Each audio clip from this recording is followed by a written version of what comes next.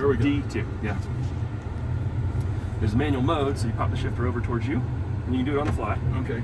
And then, yep, Tiptronic. So downshift is forward, upshift is back. Pop it back over and drive whenever you want. Okay.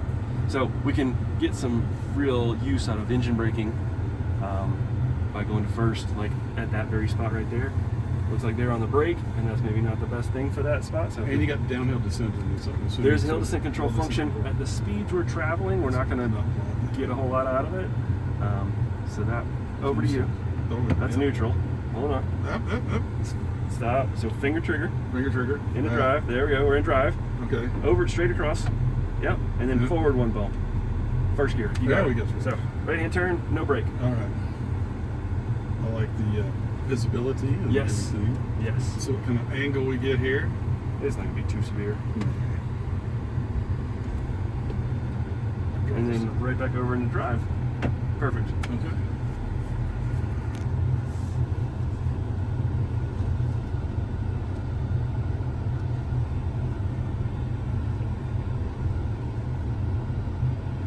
Very supple. Right. Supple for Coil springs all the way around. the side box. You can't go wrong there. Just makes you shots. Yep.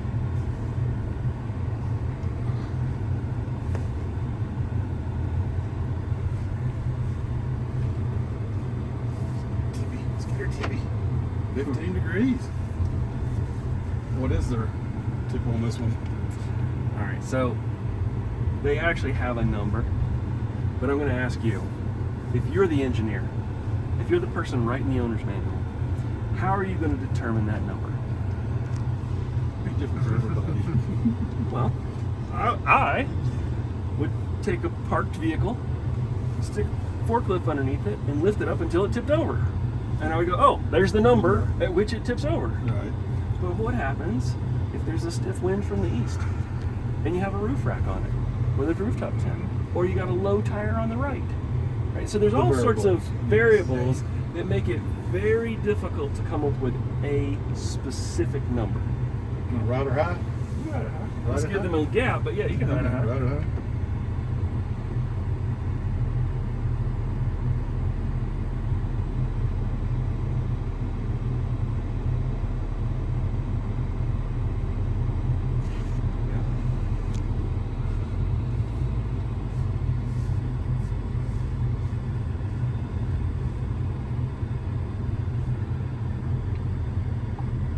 We'll get 15.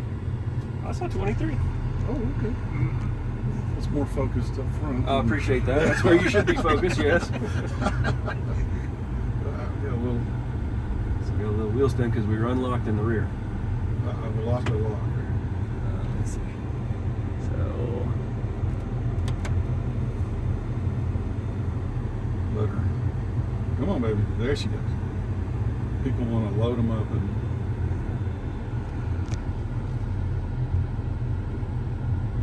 They don't know. If you want to turn something on, get the torque load off of it. we're good. We're good. Man, I love this visibility. Right? Yeah. So,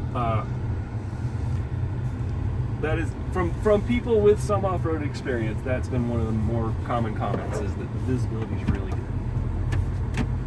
Nothing that people don't know about is just take the stress off your lower back. Yeah. Get the seat forward. Set up. Right. See.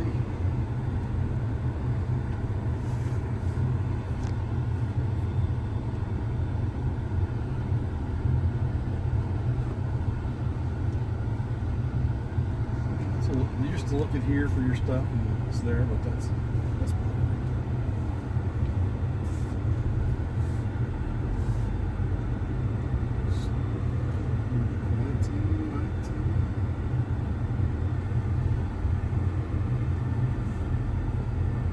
Now, is this one able to drive? Because like you said, you got the rear end locked. Is it best going to get that out after you do a place where you use it?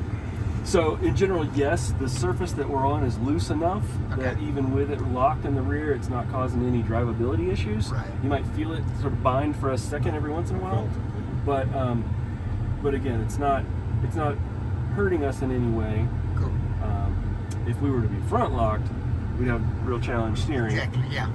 But there's enough going on this course that rather than constantly locking and unlocking, locking and unlocking, I prefer to keep the rear end locked.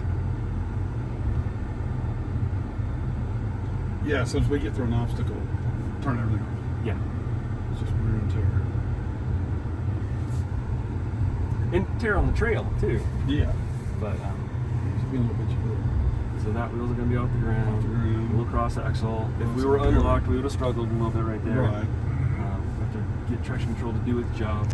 But being locked, it just walks right on through there. Okay. Where can we take this? Take your pick. I don't think there's a bad line on this in this vehicle. A lot of people have been doing that line? They have. They have? Okay. Been seeing some good numbers on the inclinometer there. Alright.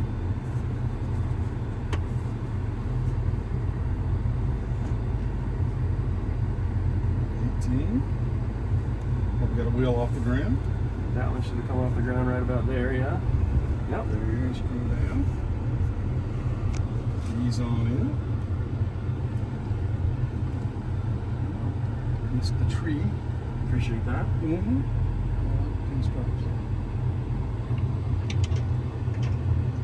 And where are you from? Texas. Oh, so no public land for wheeling. No, but there's a... Not in there's East a place Texas. called Far Maris west, Adventure there's Park some in Upland. places. Yeah, how's that place? Yeah, Maris and Amarillo. Yeah? It's really good. Is it? Really good.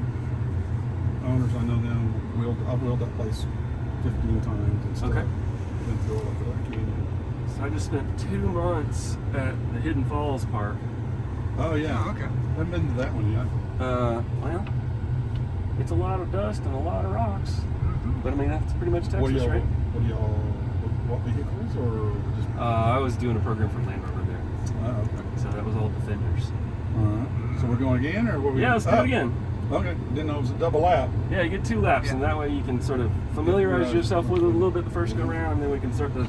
Very well weighted and Think pointed things on there. the steering. I like that.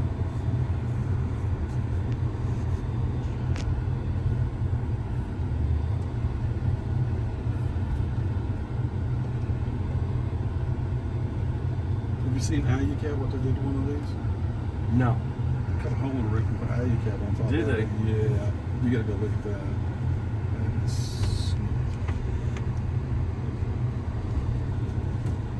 Now the front axle, that's a different type setup than what we run in the States with our Danas.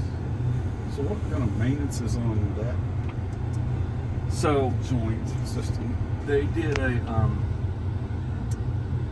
pretty clever job of recognizing that they weren't reinventing the wheel. They weren't going to try and do everything from scratch. And so it's a BMW motor, right? Yes. It's a ZF transmission. So they took sort of cherry-picked things that they know work well. And so the axles are from a company, an Italian company that builds tractor axles.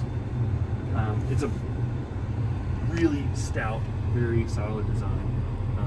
One thing that you will notice, sort of old Land Rover way, was that on your Jeep, the diff on the rear axle is in the center, and the diff on the front axle is offset. So when you're going through the really tall rocks, you've got to think about 2 low points to dodge. Well, if you look underneath this one, so when we're done, if you go look at the quartermaster that's up on the lift there, you can see that both diffs are offset to the same side. So there's one line of low clearance, and then the whole other side of the vehicle's a line of high clearance. So if you can only dodge that rock, 6 inches one side or the other, then it makes more sense to do it this way. So that's a pretty clever, and it's not a new thing, but it just makes sense. Yeah. What's the ratio on the transfer case? Thank you for asking. It's not 4-to-1 like in the I like Rubicon. that. Yeah, It's, I love that 4-to-1, baby. It's like every non-Rubicon Jeep. 2761. Yeah.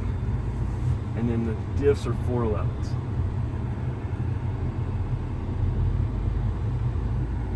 I knew somebody would test me with that.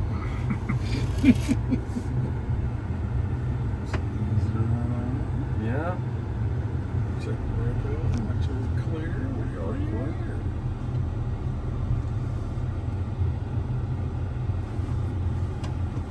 No, I won't hit you with a boring stroke. You know, I won't. Go that Okay, far. okay, good. Because all I'm going to tell you is BMW. But it is a single